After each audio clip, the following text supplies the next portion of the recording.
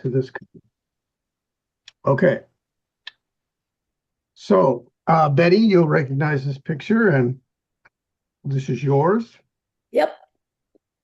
And I'm going to go through a couple of quick things because uh, this will apply to the next one we do as well.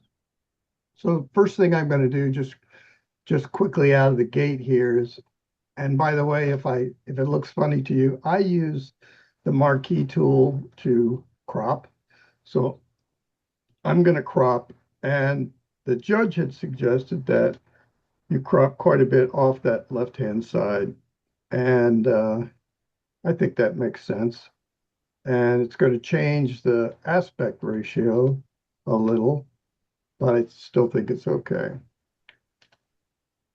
But what we're going to show here is that if you look carefully, you've got some glow here. I don't know how well you can see it across the internet, but there is some um, halo coming off of your image. You darkened the sky, right, uh, Betty? Yep. Yeah. So there's an easy fix for that. And Chris, this will apply to yours as well.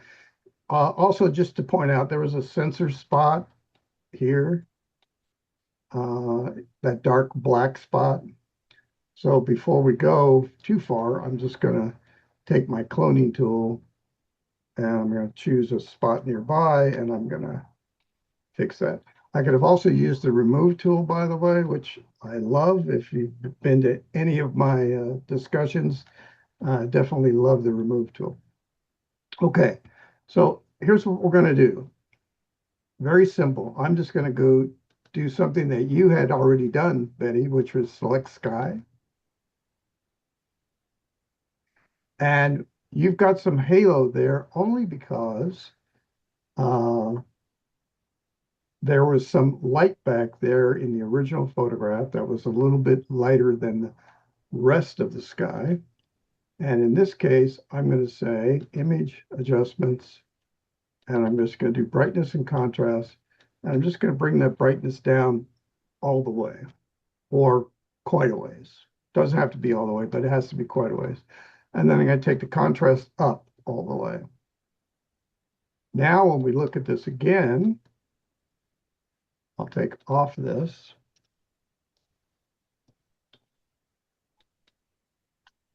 Air halos are gone.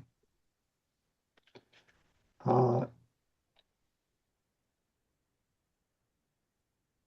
if you went through with this polygon lasso tool and did every little single element of this roof and then selected just the sky manually, you could do a slightly better job, but this did a pretty good job of getting rid of any of the sky halo. Does that work for you, Betty? Wonderfully well. Thank you. Okay. All right. So that was just so simple. And I just wanted to have you look at that. I took Now, notes. and by the way, that's the after, and that's the before. So look at that halo area. And here's the after. It's a very black sky, but it was pretty black to begin with, so it didn't really change it that much. But did a nice job of getting rid of the halo. All right. So I'm going to move to bachelor number 2. Hails from Montego Bay. Oh, whoops, that's not bachelor number 2. Chris, you are bachelor number 2. So I'm going to show you a couple of different ways to approach this, Chris, and you can decide what works best for you. But I'm pretty sure that the halo that we see definitely inside of the rock here is definitely an artifact. And there is some here too. If you look carefully, you can see that there's some modeling, some pixelization going on here. And I'm pretty sure that out there in the Alabama hills, there's there are no city lights causing a glow. So this is an effect from darkening the sky. Would you agree, Chris? Probably.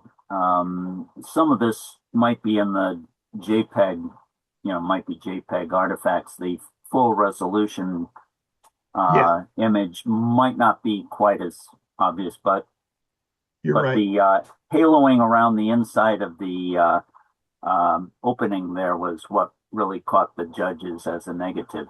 Exactly. So I'm going to show two ways, and we'll start with that. We'll start with that fixing that halo in there. If you wanted to address that other one, we do it exactly the same way as we just did Betty's. Okay. We'd select the sky, which would not select this little hole, by the way, Uh-huh. because I tried it. Uh, one thing that I not quite didn't quite understand is you've got this rock in the background here, but then there's also this little triangle here, which doesn't really look like it's a rock. It looks like maybe part of the mask was missing or something. It probably was a rock, as far as I know. Okay. All right. We'll take a look at that. I was just looking at it. It's kind of distracting, and I would get rid of it. So, and since you're in mono, you could. All right. So here's our two ways to do this. First, I'm going to do the same way or similar way to what we did with Betty's shot. What I'm going to do is I'm going to go to the quick selection tool over here on the left. I'm going to choose that. I'm going to choose a very small brush. That's an eight point brush right now. And all I'm going to do is I'm going to select inside there. And that was one click, by the way. No. And it figured it all out with that one click. Now I'm going to do the same thing we did with Betty's. I'm going to show you yet a different version, but so I'm going to do adjustments and I'm going to do brightness and contrast. I'll take the brightness way down. I'll take the contrast way up. I'll say okay. And now your halo's pretty much gone. You can see little elements there, but that's kind Yeah. of where the dark and the rock, because the rock is not smooth, right? It's where the Yeah. dark and the rock are trying to find a happy place together. So there's going to be some little bit of, it's not really a glow anymore. So anyway, so that quickly took care of that. And All right.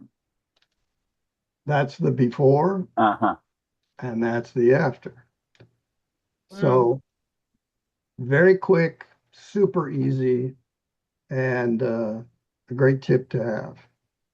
Okay, now I'm going to show you a different way to approach this. So I'm going to take what I just did and Command or Control Z two times to take it back to where it was. And I'm not going to use the selection anymore. I'm going to do something that may surprise you. I'm going to go over here once again to my favorite remove tool. And I'm going to make it small enough, 7, 8, something like that. And I'm going to draw on that edge. I'll just do the top for now. And it's taken away the halo without really affecting the granite there at all. Huh. And now you have a gray sky that kind of matches the rest of your gray sky Okay. at that level. Huh. So simple. The remove tool, if I could marry it, I would.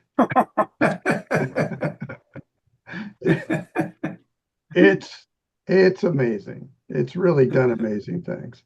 And if you felt like that, see, there's a little bit of lightness here, but it's not that Uh-huh. harsh like it was. Yeah. You could always take your dodge and burn tool. You could take your burn tool and come into the highlight section and go with a reasonable size, like in the 20s somewhere.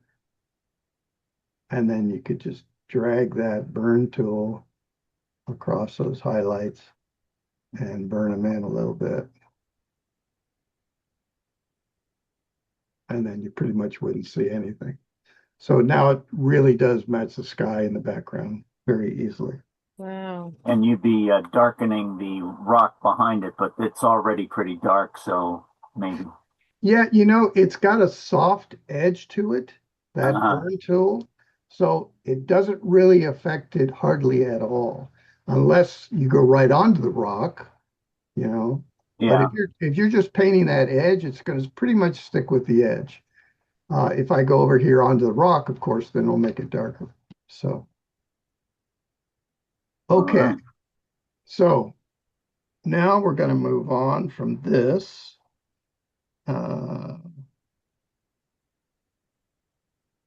And uh, do I want to change these? No, Chris, you're going to have to do that yourself. Myself. Okay. Okay. All right. So now we're going to go to Charles. You have this image of this cute little bird and had a lot of things going for it. And the judge pointed out a few things that they didn't like, but we can work through that pretty quickly. So the first thing I would do, and if you notice over here on the right-hand side, by the way, I've already duplicated the layer, so I'm working on the duplicated layer, not the original. So that's for people that are concerned about um, destructive editing, which I am personally not concerned about destructive editing because in the many years I've been doing this, I have almost never, I think once or twice have done something that I regretted, but typically it's okay. It's not going to be a problem. All right. So what I'm going to do, I'm trying to expand this screen a little bit. There we go.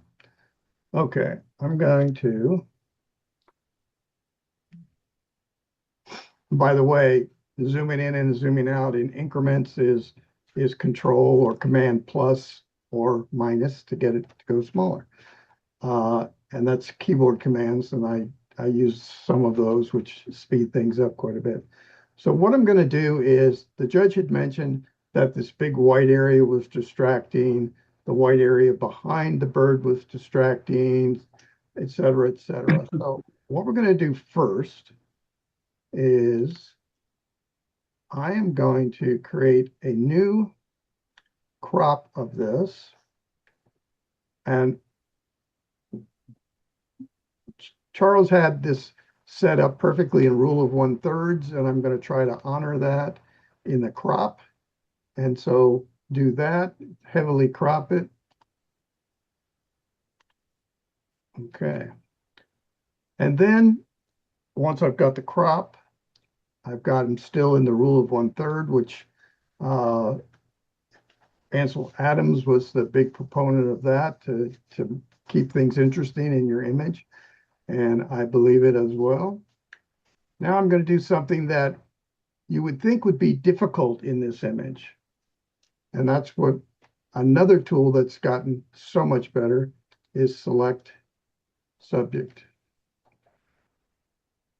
And it's going to select the bird, just the bird.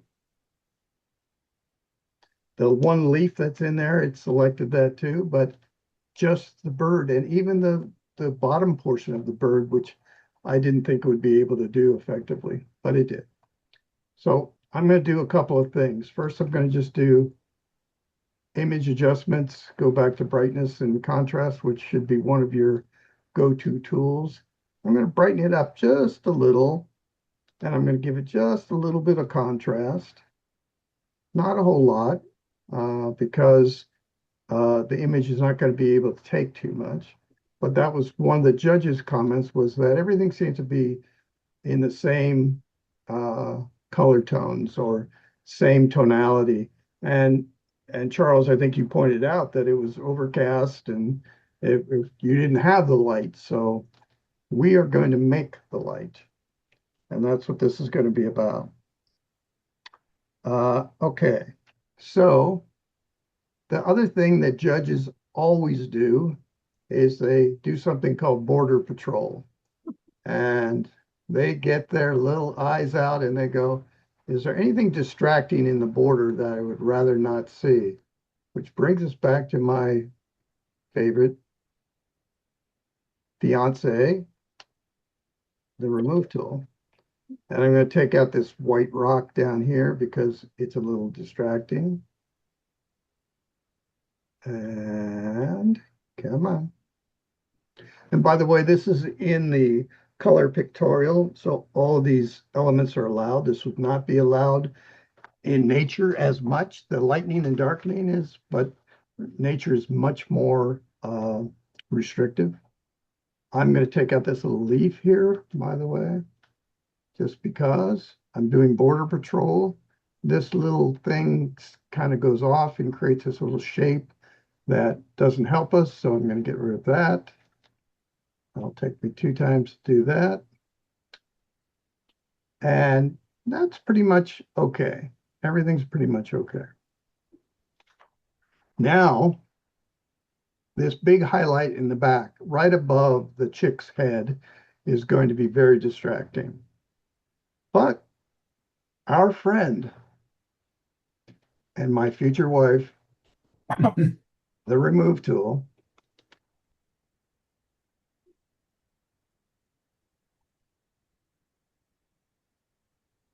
and it may be different from when I did this last time. I did this, but perfectly acceptable, right? It blends in with the rest of the scene back there. So what Adobe says cryptically, though, is that it's drawing from the image from around it, the pixels around. And if that's okay, then that's okay. However, in tiny, tiny mouse print, they also say it's possible that it could go and draw from the millions of images in the Adobe library out there. And but in this case, I would think it'd be pretty tough to find an image that had similar textures and things unless it was drawing from this particular image. So I'm okay with this. All right. So now we've done this. Now I want to show you a couple of different things that you may not know about. And I am going to, everybody probably knows about vignettes, but I'm going to use the elliptical marquee tool. And I'm going to look up here. By the way, I have rulers always turned on. So this image is now 10 inches. And if you click on it, by the way, you can change it to pixels. So it's now 950 pixels wide. So the reason I'm showing you this is that take a visual look at between 400 and 500 here. That distance is on my screen is a little more than an inch. And that's important. And I'll get to why that's important in a minute. So back to the elliptical marquee tool. And I'm going to take that and I'm going to draw a marquee around here. And I want to do a vignette. So, whoops. So Control Z or Command Z, either one, if you ever accidentally let go of the key too fast. So I'm back to where I was. So what I've done here is I have a feather put in here. And as I've mentioned in these sessions before, it's the hardest tool to learn because it's an experiential thing. You have to have done it many times to get 100% comfortable with it. I'm very comfortable with it, but I've made hundreds of mistakes with that tool. But the feather is the distance, and it's 45 pixels on this side of the line and 45 pixels on the inside of those dancing ants. So I'm going to select and I'm going to select the inverse, which is the outside. It's not going to affect the bird. And here's what I'm going to do is I'm going to go back to my, believe it or not, brightness and contrast again. I'm going to drop that brightness on the outside down quite a bit.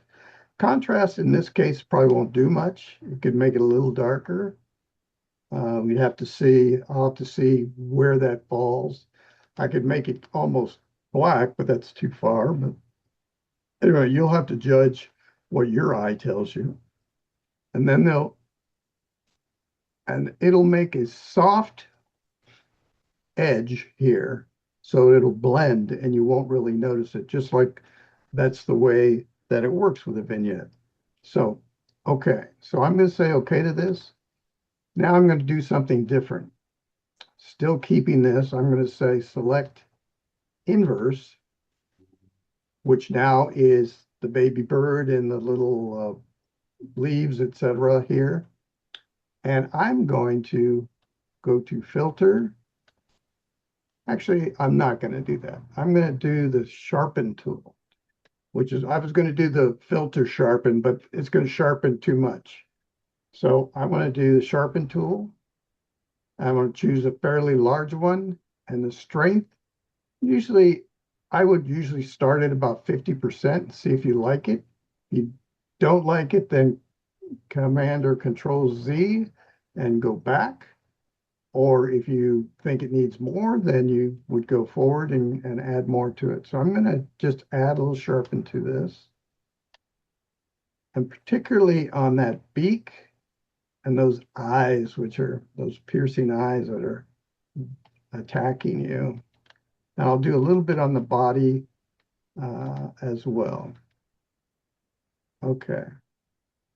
So there's a few little tiny feathers up here that are now, you can see them better. Okay. So now let me turn this off. I'm just going up to the elliptical marquee tool. I'm going to turn it off. And now we've got this darkened area around it. And it looks quite a bit different than the original image. It certainly does. Mhm. Eric, would you lighten the mouth so we can see a little more detail under the beak? In here, Yes, yeah, we could do that. So that's a good call. So because take the, beak and the mouth all seem to blend together unless you're really, really looking at it. yeah. And this was a print, which Charles controlled that pretty well. And you could see it a little better in that print, but you're right. So let's make this a little bigger. I'm going to give it a little light around the mouth. Yeah, that helped quite a bit. Yeah, And it separates the beak a lot better. yeah, so always keep in mind, I took the dodge tool, which is going to lighten things, but always look at your options up here. So I was already in shadow mode, which is what it needed, but there's a midtone and a highlights as well. And my exposure was 100, which was very high. Typically, I didn't, Eric, could you click OK on telling about it recording, because we can't see that top line up there. At least I can't. okay. Let me see if I can, this bar is in the way. Let's Yeah, see if I there's can, there's an OK on the right that you can get rid of that. actually, no, I don't have an okay on the right. I think you Uh, could click it on your own screen. Yeah, it's on your screen. You need to click it. It's your screen, Harlan. Harlan? Hey, there you go. Okay. Okay. See, I'm learning all kinds of stuff. Yeah, look at this. All right. So I want to make this bigger so we can all see. And now I'm going to do something that might surprise you, is that I went and did that manual vignette, but it could take even more. So now I'm going to go to Filter, Camera Raw, which in Photoshop is actually the same as Develop module in Lightroom. And I'm going to go down here to Vignette, which is under Effects. And I'm going to drop this down. And I'm going to darken those edges even more. And I'll say OK. So now I've darkened that and made it even darker vignette. And the whole reason for this is so that we can see that the bird is going to pop a lot more. The yellow will look more yellow even though I didn't touch it. The eyes will look more dynamic even though I didn't do much to that. You know, everything will look, will increase in attention. So now I'm going to show you, this is the after, and here's the before. Mhm. You don't think that Oh. vignette is a little heavy because it looks kind of phony? It could be. And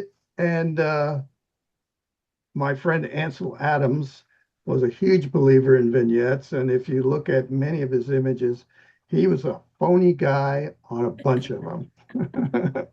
But I happen to like vignettes. But you're right. It's all taste, and it's also, I just got rid of that. So that's the original vignette that we did manually, and I took out the one I just put in, which looks much more realistic and Right. looks like something that makes more sense, I guess. Okay. Now, something that I didn't put in the agenda, but something that I knew these would go relatively quickly. Well, I hope they would go relatively quickly, and I hope everybody learns something from these. And now I'm going to show you how to do a triptych. And the reason I'm showing you how to do a triptych is because Irina, in the last one, she had a triptych.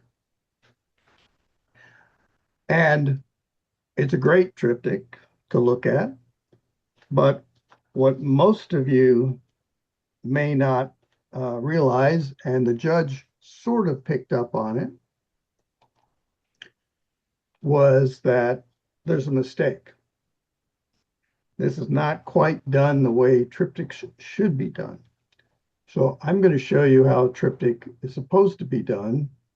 And I had showed Irina how to do this, but she missed one step, and only one step, but it's an important step.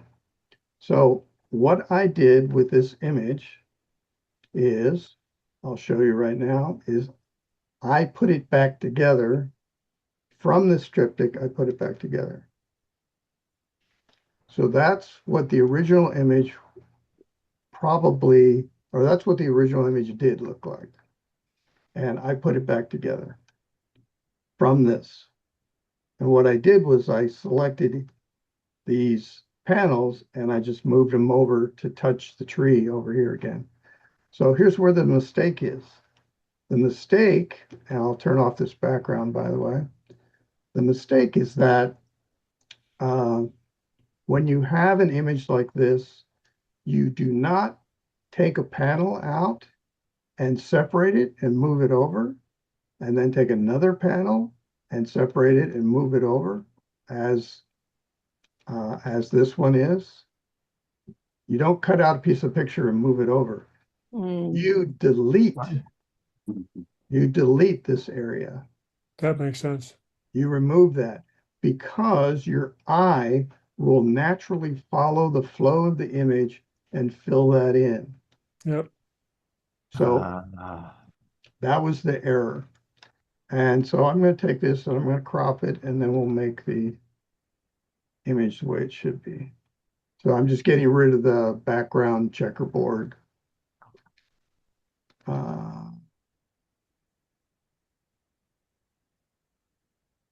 And I have to do this carefully so I don't delete part of the original image.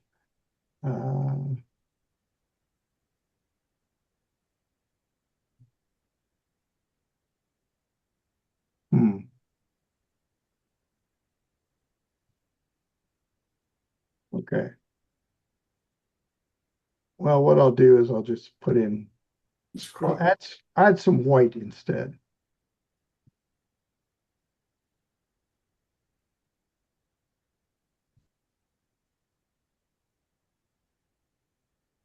And by the way, foreground, background colors are down here in the lower left.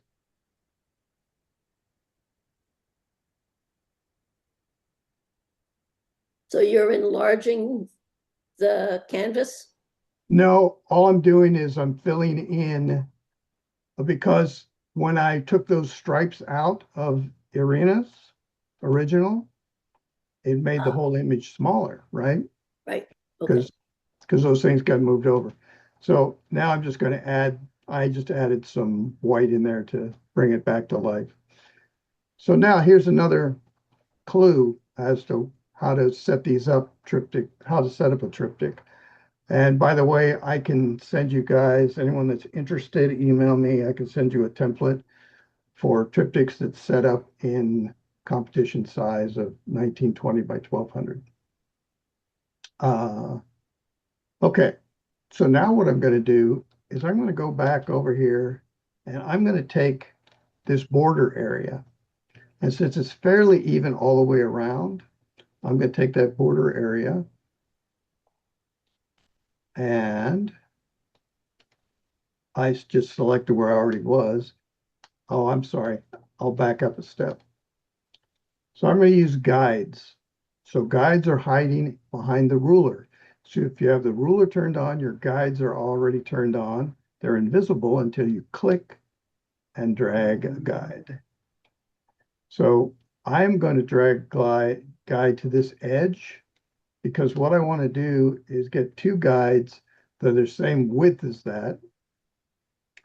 And then, actually, I don't know if it'll let me do this. I've just selected one and I'm going to say shift and I'm going to select the second one. No, it only let me select them one at a time. Anyway, so I'm going to bring these guides over and the whole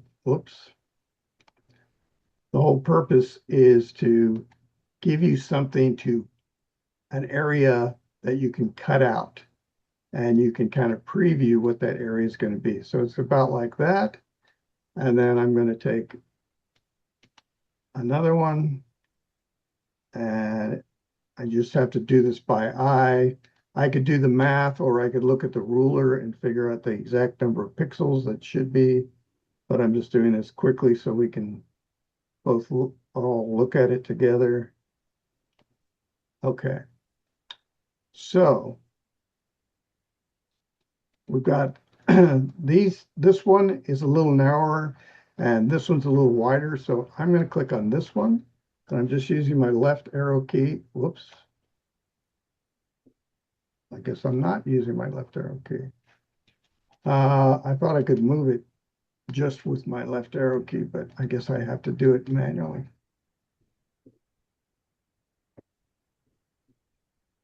Okay, so these three panels are approximately even, not completely even. You'd have to go up here and do the math, and I'm not going to take the time to do that, but that way you could then figure out exactly uh, these three openings, what they should be.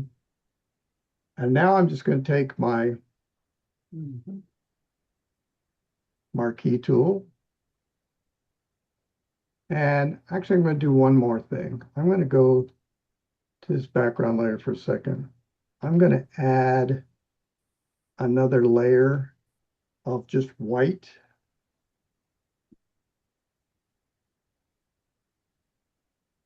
That'll be behind it so that you can see where I'm making these cuts or removing part of the image. So I'm going to take my marquee tool and make sure your feather is on 0. Otherwise, it'll give you a soft edge. We don't want a soft edge. We want a nice hard edge for a triptych. And then I'm just going to select between those two. And I'm going to hit delete. And then I'm going to take that same selection. Oops. Take that same selection. What? It's empty. All right, I'm not going to take that same selection. I'm going to draw another one. But anyway, so that's the next one. And then I'm going to hit the delete key. And there's our triptych. Now, I might have moved the birds over a little bit. I might have done a few different things, but your eye is naturally connecting this branch to this trunk and connecting all the little pieces of the leaves. Well, in this case, the cypress, they don't have leaves, they have needles, I guess. And but it's connecting all those things. And that's the way you do a triptych. Start with your original image, figure out where the three pieces are, or what the shape of the three pieces are going to look like, and then do that. Does that make sense? Yeah.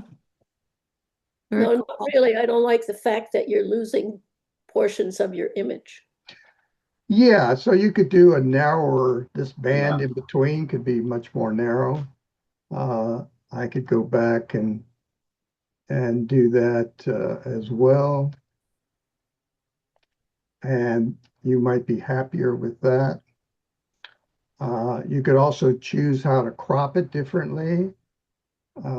Since I had to make her image, I had to piece her image together. If I saw the original, I might say there's a different or better way to do it. So let's just play with this for a second, and I'll just go and so that I don't mess up the birds in flight, I'll make that a more narrow selection.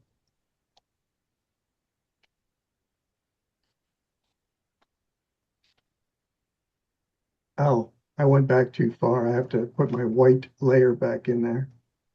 So,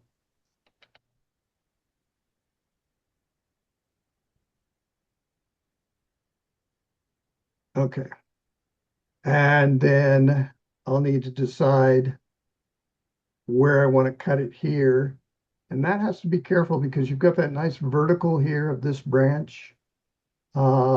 And you just need to find the appropriate spot. So if this was mine, I would spend a lot more time on it. But let's see if I can just find a spot that is okay.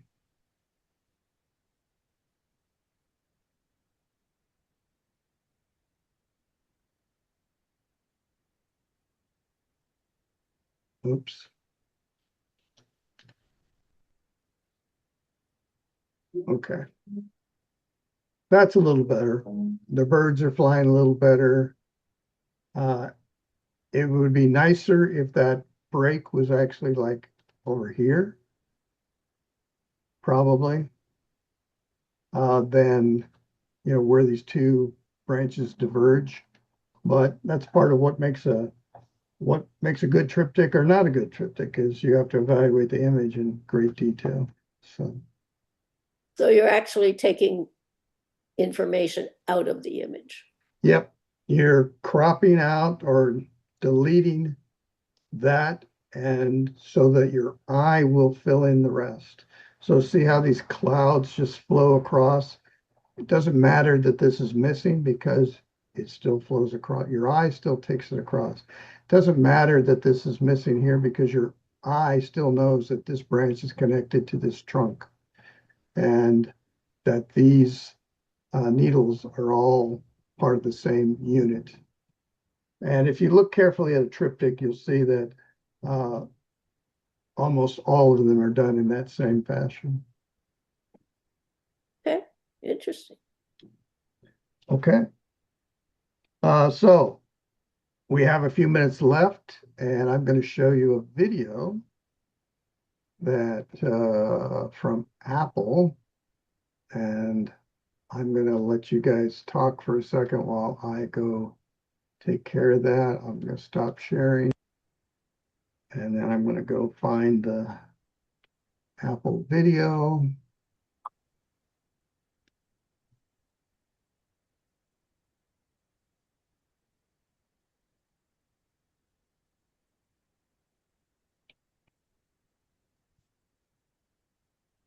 Okay.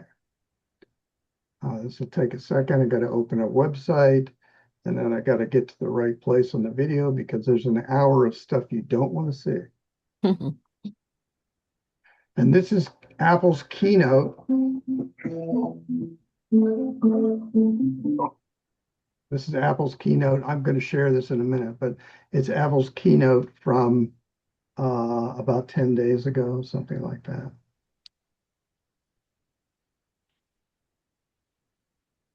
While this is loading, I remember from previous discussions that Siri is now essentially using Gemini. Is that correct? It is using Gemini, and it's also doing its own thing. So actually, one of the programmers for Siri lives in my condominium complex where I live now. And so I've talked to him at length about this, what he could tell me anyway. But yeah, they've expanded the AI for Siri tremendously, and very little of it is available right now, but it will all be available by September or by the end of the year, he said. Let's use that. So there will be a lot more functionality by Siri. And You remember, if I'm sorry to interrupt, but when I've got an i16 Pro Max Pro, Yeah. when they came out, there was all sorts of promises about what AI was going to be included, but it wasn't ready yet. And there's been a seriously slow rollout. yeah, it will be available soon. So, okay, so now I need to, since I turned off sharing before, I've got to turn that back on. That's all your fault. My own part. It's all your, it's all Harlan's fault for making me turn off that that panel. So now I've got to find it again. Where is my sharing ability?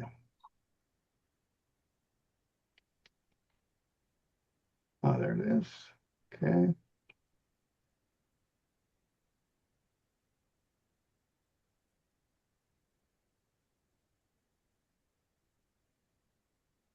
Okay.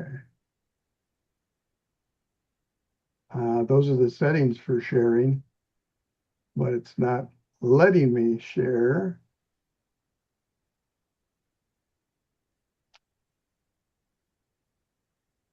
Okay, Zoom, you may think, oh, there, now it's back. It's at the bottom now. Okay, I'm going to share my screen and we'll watch an Apple video. And the really interesting parts are at the end where I'll stop it and then we can talk about it. All right, can you see this lovely young woman with a triangle in her hands? Yeah, right. Yeah, just fine. All right, I will start the video and we'll go from there. Let me see if it'll let me make it any bigger. Not really. Okay. I'll pass it over to Leslie to tell you about how Apple Intelligence helps you express yourself.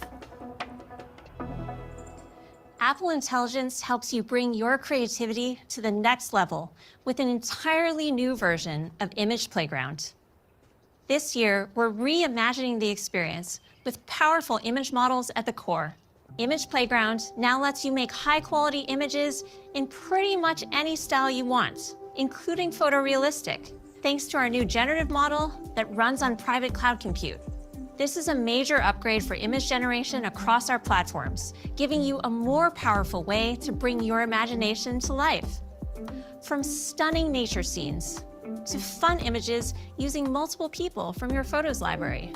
You can also transform your photos into endless styles just by describing what you want in natural language.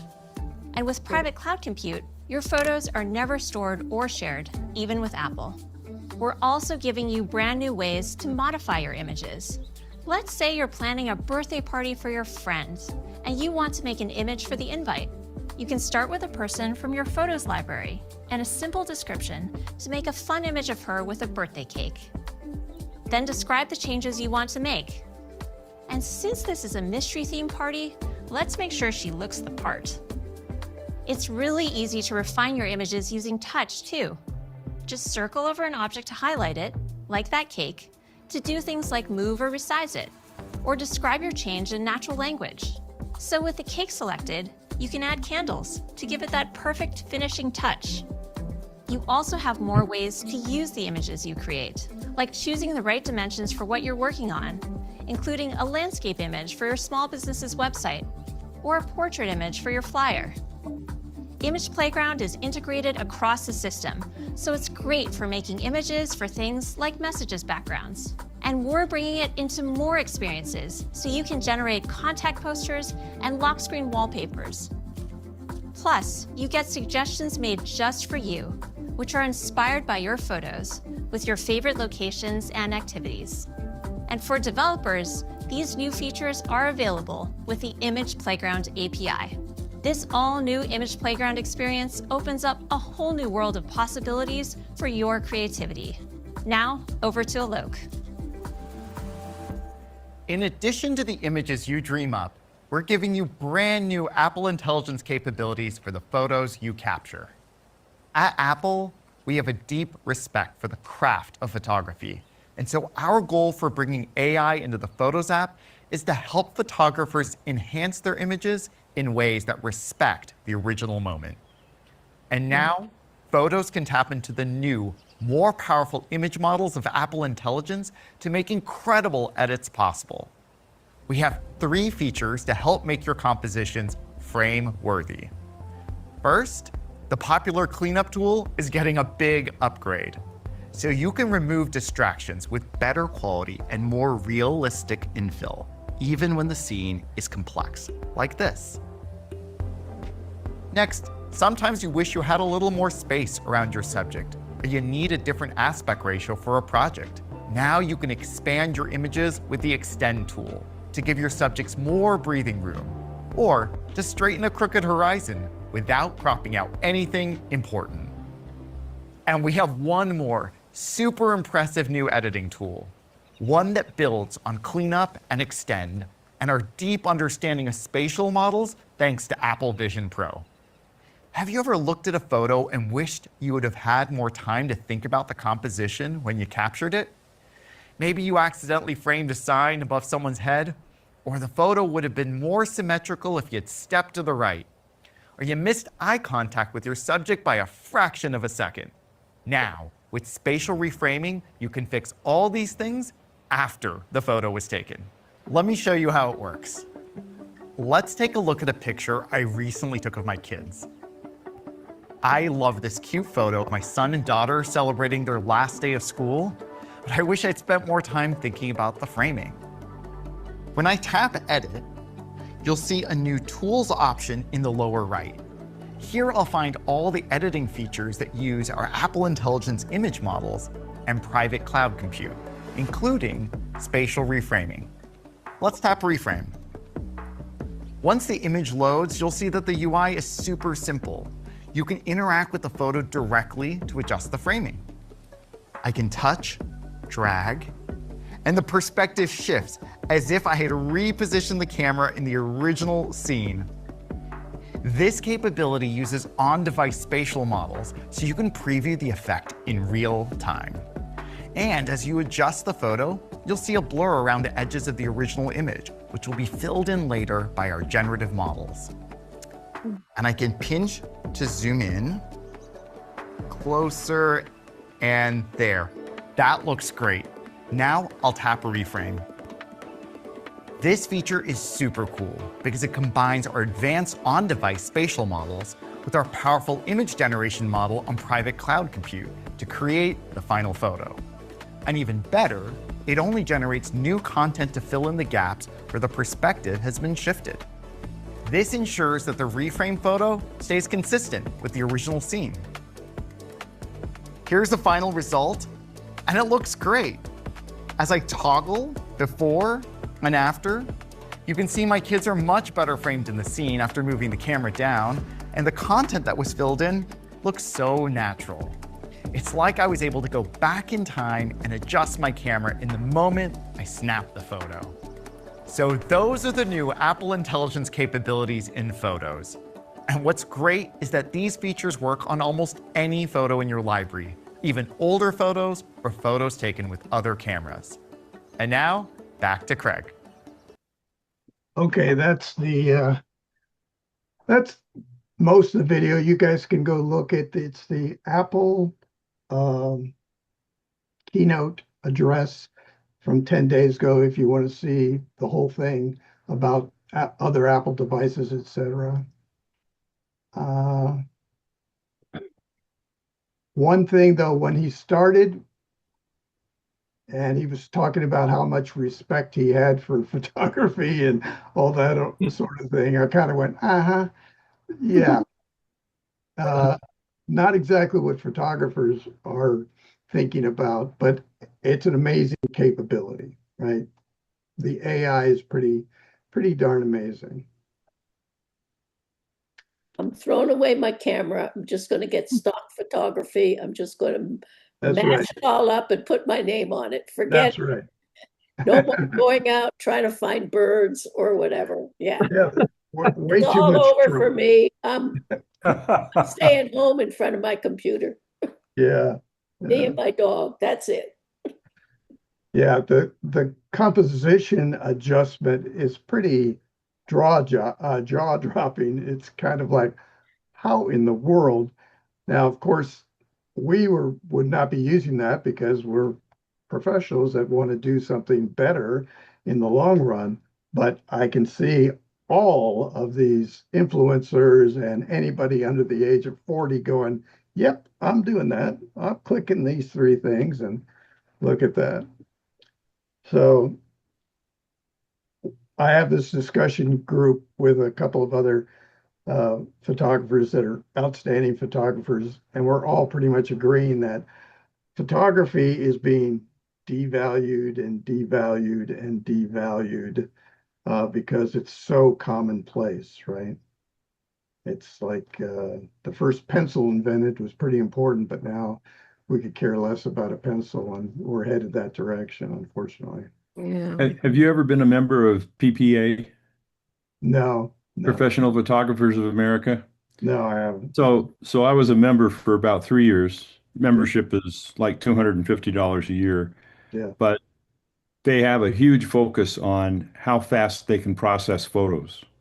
Oh, And that's a discussion that comes up all the time. And the other uh, thing I caught up on, there's people asking all the time, what's the absolute cheapest equipment I can buy and take pictures of 800 soccer players, oh yeah, right? yeah, yeah. And Right. so they look at how long it takes to process an image, and Yeah, everything they can do to shorten that time up basically puts another nickel in their pocket. you bet. So so the PPA or the group that we're with is more of the artsy craftsy people, Yeah. but the PPA people are definitely wedding photographers, real estate photographers. Yep. It's time, time, time. Time is money. Yep. Yeah. So No, it depends which side you're coming from. And the more artistic side is time is not as big a deal as it is creating an image. And the other side of it, the guy's making a lot of money, and that's what their goal is. They have just different objectives. So every one of these tools that speeds up their process is a huge benefit to them. sure. So online magazines, people that put those together, they're going to be using that instantly. All kinds of people that are doing anything to try to make money on the internet. People that are developing websites are going to be using all AI tools. And the one thing that he mentioned in there, and he didn't actually demonstrate it, and the woman that spoke first, they talked about natural language tools. And that's either you can type in a natural language to Mhm. say, you know, and it takes out all the ums and the ahs and all that sort of thing and just figures out what you want to say. But beyond that, and we've talked about this here before, and Siri's going to have this, and Gemini already has it, where you can just talk to it. You don't have to type anything. You don't have to know how to spell. Yeah, yeah. You just say, I want me to look like a Greek god coming out of a clamshell. And Wow. it would do that. It's so sad that we're sitting here watching how photography is losing, the meaning of what it is to us. Yeah, It's a whole new era. It's kind of sad. it is very sad. And Remember, artists still paint and Yep. people still Yes, that's true. watercolor and, you know, people still create new fashion. So it's Yeah. all the impact at the beginning and then it all mellows out, well, you're right, it'll mellow out to a certain degree, but it will elevate some photography to totally fine art, high quality, ultimate photography. And all that middle zone, which is where we all live, is going to go away. I'm not so sure we all live there. Yeah. Yeah. But the ultimate photographer will still be respected, I think. But it's it's within the art community, it's fine art. It will no longer be photography per se, I think.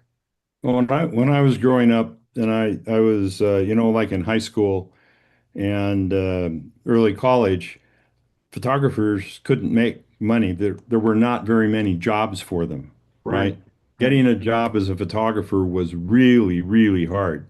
Yeah. Now almost every company has photographers, right? Fire departments have photographers, police departments have photographers. I mean, yeah, but when I was a kid growing up, photography was not looked at as a profession. I mean, a few people worked for newspapers and stuff, but that Yeah. was it. Yeah. And so there's dramatic changes there. But unfortunately, because of this little item right here, Well, and the internet. and the internet, between the combination of those things, everybody's a photographer. Yep, that's right. So about 20 years ago, Apple put out an ad for like the Apple II, and it showed a Apple II and a guy standing next to it, with his hand on top of it. And the headline said, now you are, that was the top. And then down the side of it, it said, you are a photographer, you are a typesetter, you are a copywriter, you are all these things that a computer has the capability to do, because this was probably 1991. So 35 years ago, not 20, one of those. Anyway, but 35 years ago, all those things were starting to come to be in the world of computers, because I actually had $100,000 typesetting machine in my office. And Yeah. and guess what? About 5 years after the ad came out, I took that $100,000 typesetting machine to the dump and pushed it out of a truck. Oh my goodness. Oh. Wow. There was no market for it because computers had taken over. Yeah.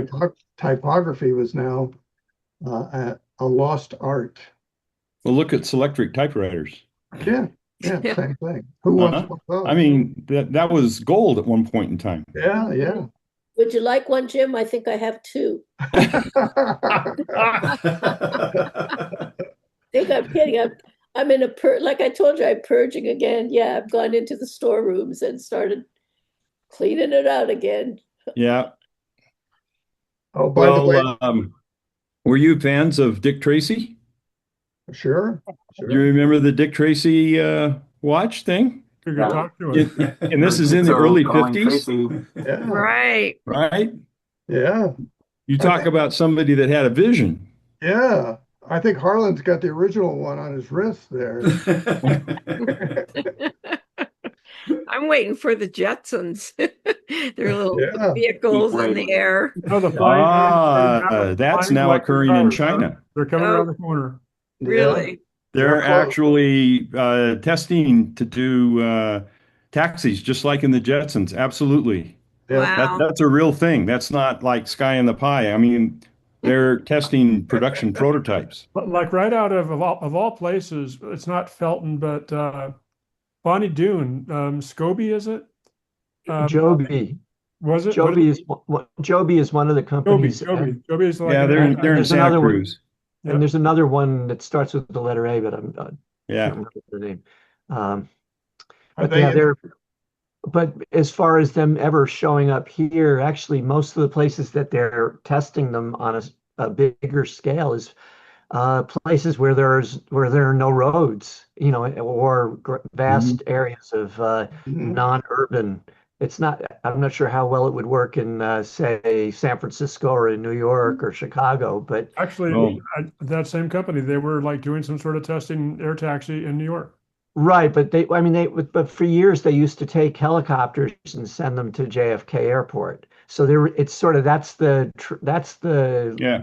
they probably will allow that because it's more controlled airspace Yeah. and less complicated. But yeah, I mean, but in like places like in Saudi Arabia where there's a lot of desert, I mean, you can travel a lot faster in one of these things straight line to wherever you need to Yeah. get to. And so their market's going to start out being in international. Hmm. Fascinating. Just strap on your jetpack and go. Yeah. But it's a pretty speculative investment to buy either of the companies that are involved in that at the moment. Yeah. I mean, Well, they said self-driving cars would be here by 2020. Well, it's they're probably, late. Yeah. yeah, They're it's still definitely could be late. They're getting delayed. closer. Robo taxis being tested in Yeah. Austin. Well, actually, no, you've got them at San Jose Airport. I can take a Waymo driverless taxi from my house in Campbell now to the San Jose Airport. Yeah, they're all over our neighborhood. You see them picking up people and dropping them off. Yeah. So you Crazy. guys haven't seen any of the recent YouTube videos from China, I guess, in the major cities. Almost all the cars are all controlled by AI, and there's a huge percentage of them that are driverless. Wow. Wow. There are some YouTube videos that talk about how they control thousands of intersections at the same time with AI in Yeah. order to streamline traffic flow. It's pretty interesting. Yeah. Wow. See, that's good for me as an old lady. I can dump Yeah. my car and just get me a Yeah, that's their point. and The drive me the around. the China cities have been built more for people kind of walking around, and they have high-speed trains and the freeways for auto traffic, but they have these big places where there's lots of businesses and people walk around in there. They don't have traffic where they have a lot of pedestrians. Right. So it's pretty if you go look at that stuff, there's a lot of really interesting stuff they're doing. Fascinating.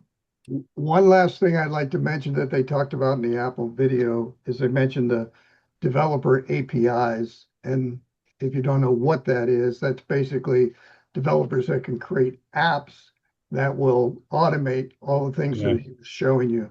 So like the changing the composition, there'll be an app that'll do 90% of that, and you'll just say move it to the right. And you won't actually even use your finger like he was doing. You will say, move my kids 3% to the right, and it'll do it. So yeah, Crazy. that's the Well, world. I'm going to we're wait living for the 18. That's my next buy because that appears to be the step change in. in It the will next be. camera set. The Is it? 15s, 16s, and 17s are kind of pretty equivalent, but it looks like the 18 is the next change. And I Yep. currently have a 12, and it's just barely hanging in there. And it's going to disappear from Yeah. support pretty soon. Me too. I have a 12. I'm waiting for a big change in the camera, the phones. Yeah, Yeah, it's coming. it'll be this one, I think. So, and the good news, like I said, the A20 chip is kind of the key because that will then take additional software levels of AI, et cetera, into it. So you'll be able to do more in the future. It won't be outdated as quickly. So are you going to be our instructor for that? Yeah, yeah. Well, I'll say. I think his assumption was also that your library of images were going to be stored in the, Apple photo or whatever. So you would have access to all those images when you were using these tools, that it would Well, go and use those as the resource for what changes you were making, if that was possible. At least that seemed to me what he was saying. the good news is that with each introduction, typically the memory doubles or nearly doubles each time. So last time the base model had 256 gigs of storage space on your phone, just here. And then you could link it to the cloud and put up, another 100 gigs up there. So Right. so you have a lot already, A, and B is I'm sure it'll go to 512 gigs, which is the next increment with the 18. So that's a lot of photographs. Yeah. Right. And I just find that when my storage on iCloud was maxing out, they kept sending me messages to buy more storage. Of course they do. So this is all promoting that side of the business and the revenue potential. Well, you have to have read my article in the June issue that said you need to be a deleter in charge, I mean, Yes. because Yep. what's going to happen to all these photographs, Like I Right. said, my kids are not going to be going think, oh, look what this great picture dad took. Delete. Yep. Right. They're not even going to do that. They're just going to go wipe out that drive and We're not paying for that storage. Nope. yeah, sad but true. Anyway, That's why Tim's always saying print things. yeah, Then they'll throw out the print instead. that'll be next. All right, everyone. I hope we were able to have some Great. interesting things to look at tonight. Yep. I enjoyed doing it. So Yeah, that was good. That was Thank great. you, Eric. That was Quite right. helpful. useful. Quite helpful. I'm going to Thank pause. you. I'm going to stop the recording.